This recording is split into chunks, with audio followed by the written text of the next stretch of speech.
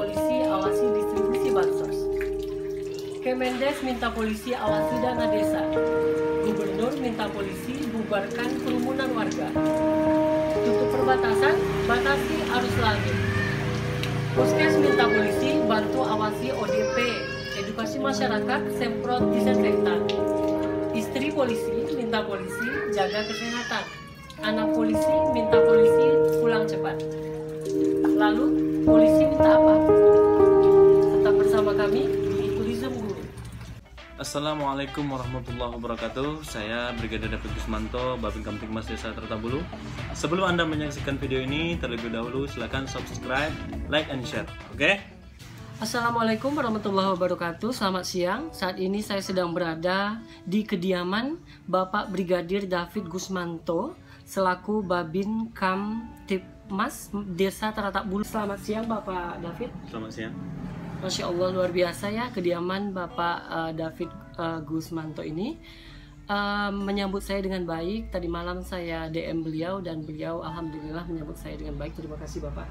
Baik, sebagai anggota gugus tugas percepatan penanganan COVID-19, Polri memiliki sejumlah tugas yang kami kutip dari kompas.com. Yang pertama yaitu polisi bertugas memetakan wilayah yang rawan virus corona sebagai langkah preemptif. Silahkan dijelaskan Bapak. Nah, sebagai petugas Polri, khususnya saya Babin Kamtibmas di Desa Binaan Desa Tirtabulu, saya melaksanakan namanya intel dasar menguasai wilayah untuk berkoordinasi dengan stakeholder yang ada seperti Kepala Desa, Dinas Kesehatan, Babinsa juga, bagaimana Desa Tirtabulu terkait dengan COVID-19 ini bisa kita data. Petanya bisa kita data, bisa kita petakan bagaimana nanti efek-efek daerah-daerah yang perlu kita nanti lakukan, umpama dibutuhkan isolasi mandiri suatu desa. Namun saat ini Tirtabulu masih mengikuti sesuai dengan Kabupaten Kampar PSBB. Namun alhamdulillah Tirtabulu dalam keadaan aman terkendali. Adapun ADP ODP, kami sebagai Satgas COVID-19 Desa Tirtabulu selalu memantau. Pak, kita masuk ke pembahasan selanjutnya. Polisi menghimbau masyarakat untuk menjaga jarak atau social distancing. Bagaimana Pak? Ya, jadi pemerintah jauh-jauh hari setelah beberapa kabar tentang COVID-19 ini masuk ke Indonesia, jadi pemerintah telah melakukan upaya-upaya yang sangat bagus untuk kemaslahatan masyarakat. Salah satunya dengan kita melakukan social distance, physical distance. Itu maksudnya apa? Karena COVID-19 ini, virus ini tidak nampak 150 nano. Itu sangat kecil ukurannya, sekali, Pak, ya? ukurannya sangat kecil sekali, lebih kecil dari debu bedak baby itu. Nah, jadi dengan kita menjaga jarak, dengan kita tidak berkumpul, yang disampaikan oleh dari himbauan pemerintah itu salah satu memutus rantai COVID-19 itu yang dimaksud. Baik, pembahasan selanjutnya, polisi menerapkan hidup bersih. Bagaimana Pak? Yang dimaksud dengan hidup bersih yang disampaikan dalam hal protokoler dari COVID-19 ini, itu juga COVID-19 ini, virus corona ini, dia juga tidak tahan dengan salah satunya matahari, panas matahari, sabun, kita cuci sekitar 10 detik, kita cuci pakai sabun tangannya, jadi dia akan jatuh, akan terbawa air tadi, ataupun kalau di matahari, sinar matahari dia akan mati sendiri. Dengan sering mandi, sering cuci tangan, apalagi kita muslim, sering ambil wudhu, sering cuci tangan, sering kita bersihkan badan, sering mandi, insya Allah kita terhindar dari itu. Kebersihan ya Pak, termasuk sinar matahari. Sinar matahari jam 10 pagi. Jam 10 pagi. Baik, selanjutnya sebagai langkah preventif, polisi melakukan patroli di wilayah yang rawan penyebaran virus corona tersebut, mengukur suhu tubuh, serta menyemprot tempat publik dengan cairan disinfektan. Bagaimana Pak? Khususnya di Desa Tirtabulu itu telah kami laksanakan beberapa minggu pun sebelumnya. Seperti kami bersinergitas dengan TNI Polri, pemerintahan desa, Dinas Kesehatan juga dari Puskesmas. Kami melaksanakan penyemprotan disinfektan di beberapa contohnya fasilitas umum seperti masjid, sekolah, juga keliling-keliling rumah masyarakat.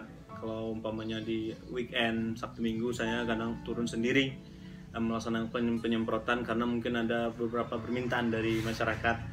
Jadi saya dengan pribadi, saya ada waktu, saya aduk sendiri, saya punya alatnya, alat penyemprotan, alhamdulillah saya beli sendiri. Kemudian saya aduk. Itu sudah sering sekali dilakukan ya Pak? Alhamdulillah Pak, itu selalu rutin saya laksanakan. Jadi seperti pengecekan suhu juga kami laksanakan. Contohnya kemarin sebelum ini masih ada sholat 5 waktu dilaksanakan beberapa minggu yang lalu. Jadi masyarakat tempatan di sini dicek suhunya. Namun sekarang udah tutup mesin masjid. Alhamdulillah himbauan pemerintah sudah didengarkan.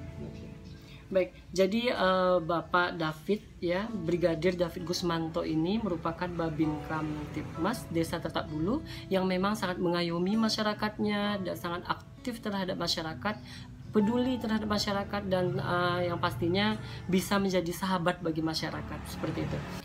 Baik, kita masuk ke pembahasan selanjutnya. Polisi bertugas menindak pelaku tindak kejahatan seperti menimbun bahan pokok, bergerombol, dan melakukan kegiatan yang mengundang keramaian. Bagaimana nih Bapak David? Kalau masalah itu termasuk di dalam aturan PSBB. Dalam PSBB ini pelaksanaan yang dilaksanakan khususnya TNI Polri dan stakeholder, salah satunya kita juga akan mengecek kelangkaan sembako, bahan pokok, karena situasi dan kondisi sekarang kita sama-sama tahu orang yang mempunyai uang kadang-kadang dia takut keluar, dia menimbun kayak sembako gitu. Nanti takutnya nanti masyarakat yang sudah hidup susah, ekonomi rendah, nanti udah nggak punya duit pun ada nanti duit tidak bisa beli bahan pokok karena udah habis di pasaran ya, karena udah langka. Jadi dengan itu TNI Polri dan stakeholder melaksanakan patroli ke gudang-gudang penyedia sembako. Seperti apa yang udah Bapak lakukan?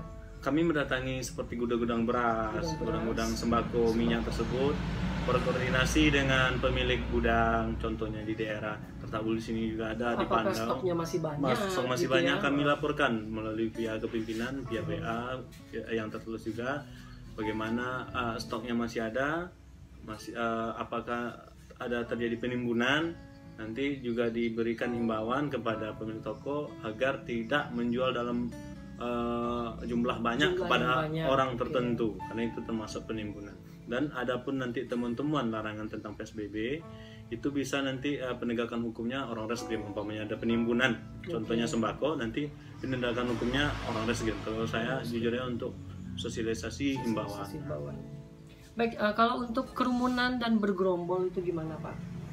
Apalagi kita tahu di masa sekarang, apalagi pada musim Ramadan ini, banyak anak-anak bahkan pelajar itu tidak tahu waktu, bermain ke sana kemari, kemudian keluar rumah seenaknya, berkumpul bergerombol tanpa menggunakan masker sama sekali.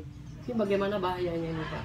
Sebenarnya yang pertama saya apresiasi kepada masyarakat, kepada pelajar khususnya. Mereka adalah generasi penerus bangsa yang notabene kita sama-sama tahu dengan edukasi yang mereka miliki seharusnya mereka lebih paham apa himbauan pemerintah tentang COVID-19 ini, protokoler COVID-19 ini. Salah satunya memang khususnya di daerah Tatak Bulu masih ada anak-anak, contohnya sore-sore masih balap liar. Saya sering datang ke sana patroli, memberikan teguran, himbauan. Karena kemarin ada pun saya pegang salah satu kunci motornya, malamnya saya kasihkan supaya mereka ada efek jerahnya. Jadi kepada khususnya seluruh pelajar, saya himbau kita yang memberikan contoh kepada masyarakat banyak, karena kita lebih mempunyai wawasan. Seorang pelajar ataupun mahasiswa adalah orang yang mempunyai ilmu dan berpikiran kritis. Kritis dalam arti positif. Harusnya kita punya planning yang bagus. Hal-hal yang merugikan, yang mudaratnya banyak mudarat daripada makrifatnya, kita tinggalkan. Contohnya apa? Berkumpul dengan orang banyak karena udah dilarang pemerintah, jangan kita berkumpul lagi. Keluar rumah menggunakan masker, kita gunakan masker. Umpamanya kita keperluan mendadak balap-balap sore tidak perlu. Umpamanya kita ada keperluan, kita kan mempunyai sekarang nih sebentuk HP Android, yang mana HP Android ini sudah sebentuk kebutuhan primer pokok. Nah, jadi kita nggak bisa, umpamanya kita kangen teman, sudah bisa diakses, sudah diakses kita. Sedangkan kuliah, sekolah aja sekarang udah melalui IT kan, ada yang sebentuk WA, grup WA, ada sebentuk aplikasi lain, nah gitu. Seperti itu. Dan selanjutnya ialah polisi melakukan penindakan terkait hoax. Nah, sampai sekarang masih berlaku itu hoax, Pak. Di mana-mana ada hoax, kabar yang tidak benar gitu, Pak. Betul. Jadi terkhusus saya sampaikan kepada pelajar lagi, saya berharap agar kita sebagai contoh kepada orang tua kita dan juga masyarakat umumnya, kita lebih mempunyai pemikiran yang bagus saat kita menelaah suatu berita. Contohnya, kita mempunyai WA, media sosial yang seperti Instagram, Facebook. Nanti ada kawan yang mengirimkan sebentuk postingan atau berita yang belum tentu kebenarannya itu betul. Kita sebagai pelajar harus kritis. Ini kalau saya kirimkan, saya bagikan, ini akan menjadi masalah. Orang yang menerimanya dari segi agama, kita dalam fitnah. Dari segi hukum nanti kita kena undang-undang ITE. Jadi banyak mudaratnya. Lebih baik kita sebagai pembaca, kalau yang lebih betulnya, kalau dari segi agama, kita harus tabayun, klarifikasi. Kamu dapat berita dari mana ini bahaya kamu. Kita ini nasihati karena kita benar-benar ditanya. Kita kan pelajar. Kita balik lagi pelajar kritis tadi, seorang yang pelajar kritis. Kamu teman saya, kamu hati-hati share ini, posting ini, kamu kena nanti. Udah banyak contohnya, udah banyak contohnya. Yang undang-undang ITE sekarang bahaya. Undang-undang ITE merugikan orang banyak. Sesuatu umpamanya si A memposting, dikirimkan si B nanti ngirimkan karena ketidaktahuan kadang-kadang. Karena ketidaktahuan kadang tidak dibaca, main-main bagi-bagikan aja. Kan itu kasihan gitu.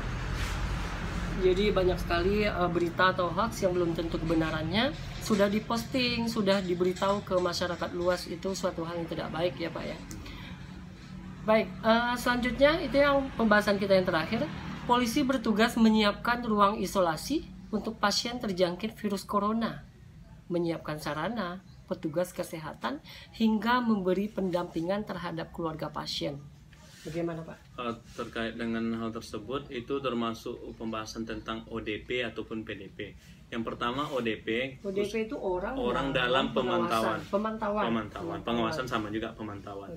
Jadi biasanya khususnya di Desa Terletak Bulu ada beberapa ODP yang baru datang kemarin dari luar kota, contohnya Dumai, ataupun red zone, zona merah, contohnya dari Yogyakarta ataupun dari Batam kemarin. Mereka langsung menjadi ODP itu. Ya, otomatis mereka menjadi ODP kalau di dalam struktur PSBB ini mereka menjadi ODP. Sebenarnya mereka tuh sebelum ada ini jauh-jauh hari sebelum ada larangan mudik dari pemerintah, mereka datang, mereka ODP. Jadi bagaimana cara isolasinya? Kita melakukan isolasi mandiri yang pertama, tapi dalam pengawasan dari Satgas COVID-19 Desa Terletak Bulu. Contohnya kemarin kita samarkan lah namanya si A baru pulang dari Jogja, si B kemarin baru pulang dari Batam, si C baru pulang dari Dumai kemarin.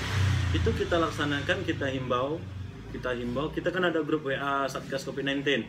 Jadi siapapun data warga yang baru pulang dari luar daerah, itu kita datakan, kita masukkan dia menjadi ODP, orang dalam pemantauan. Kita cek terus dari segi kesehatannya, walaupun nanti kita via telepon menanyakan, kita nanti sambangnya pas orang nggak ada, kita sambang bagaimana keadaannya, mereka diwajibkan isolasi mandiri selama 14 hari. Itu bagaimana masyarakat bisa terbuka, Pak? Contoh mereka tidak merasakan hal sakit seperti gejala-gejala yang ditimbulkan, bagaimana mereka open ke Bapak, sedangkan sekarang sama-sama kita ketahui bahwasanya hal demikian sangatlah sensitif bagi mereka. Adakala mereka menyembunyikan hal itu? Betul. Yang langkahnya dari ini kan kita udah ada protokoler PSBB tadi, protokoler dari COVID-19 tadi maksudnya. Jadi warga yang ODP tadi, kita selalu mengadakan cek suhu.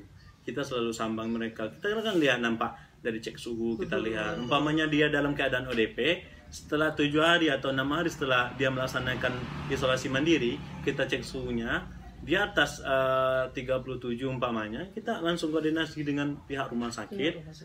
Umpamanya dia langsung dilakukan naik ke tingkat PDP, pasien dalam pemantauan, yaitu di rumah sakit, sebelum langsung ditangani ya, sebelum nanti keluar surat swab dari pusat, Jakarta Pusat, tentang positif atau enggaknya si pasien tersebut. Jadi dari ODP ada namanya naik ke PDP. Nah, selama kan yang PDP tadi kan pasien dalam ODP tadi pasien dalam orang dalam pemantauan selama 14 hari. Di hari dalam pemantauan 14 hari ini dia demam ataupun ada gejala-gejala COVID-19, kita langsung isolasi kan, naik ke PDP. Nah, di rumah sakit pasien dalam pemantauan sebelum nanti keluar cek swabnya dari pusat. Nah, nanti baru dinyatakan dari pusat positif enggaknya. Tapi dia dari rumah sakit PDP. Yang lebih berbahaya lagi sekarang ada namanya OTG. Hati-hati. OTG yaitu orang tanpa gejala. Jadi orang tanpa gejala ini selama masa inkubasi selama 14 hari tadi itu dia biasa aja. 14 hari dia biasa aja, nggak ada dia terlihat sehat ya. Sehat. Namun di hari ke-14, hari 13 14 dia langsung drop. Dia langsung down. Nah, itu yang bahaya. Berarti dari hari ke-12 sampai hari pertama tadi dia udah menyebarkan wabah. Nah, itu yang bahaya. Itu makanya stay at home, social distance, physical distance, pakai masker. Nah, itu himbauan pemerintah sangat bagus dalam hal ini. Gitu. Baik, di sini tidak lepas dari peran dari polisi, terutama Bapak Brigadir David Gusmanto yang selalu mengajak masyarakat untuk bersahabat.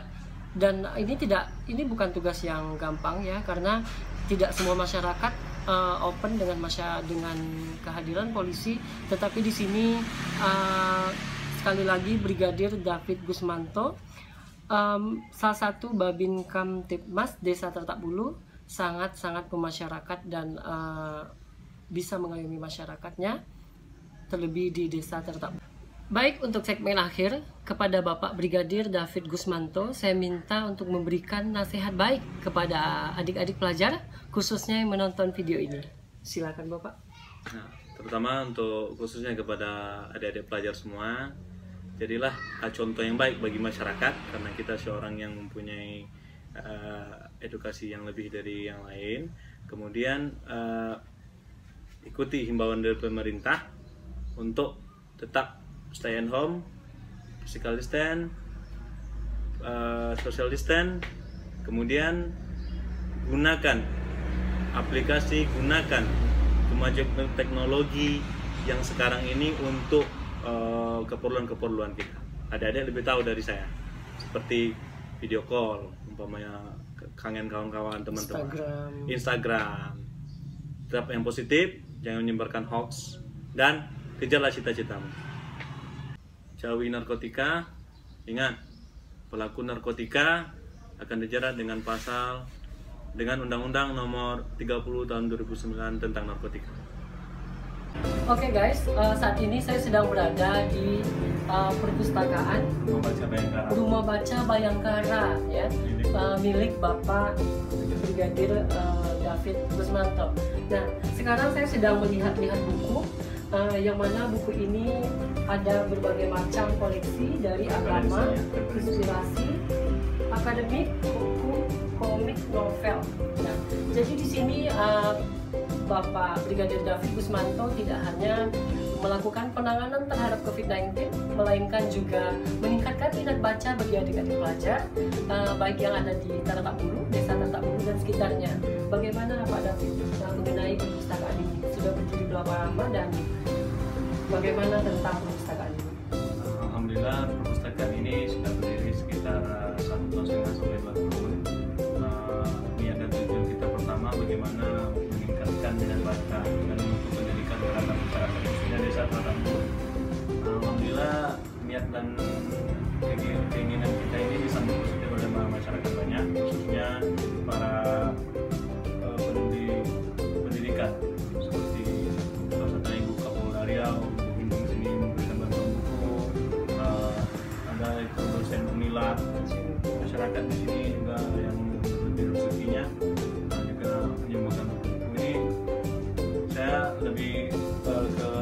pelajar karena di sini udah sering yang datang sebelum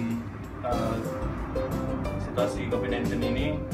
Anak-anak sering datang sini, anak sekolah yang kuliah juga mencari daripada tempat kuliahnya, juga anak-anak TK sering juga datang sini karena saya selain baca buku, nanti kalau yang berkunjung ke sini saya sediakan makanan juga, snack sebelum keluar saya. ya? Jadi minatnya bertambah, main ke perpustakaan membaca Bangkara Pak David, kita dapat snack loh, itu khusus yang anak-anak nanti yang TK, yang PAUD.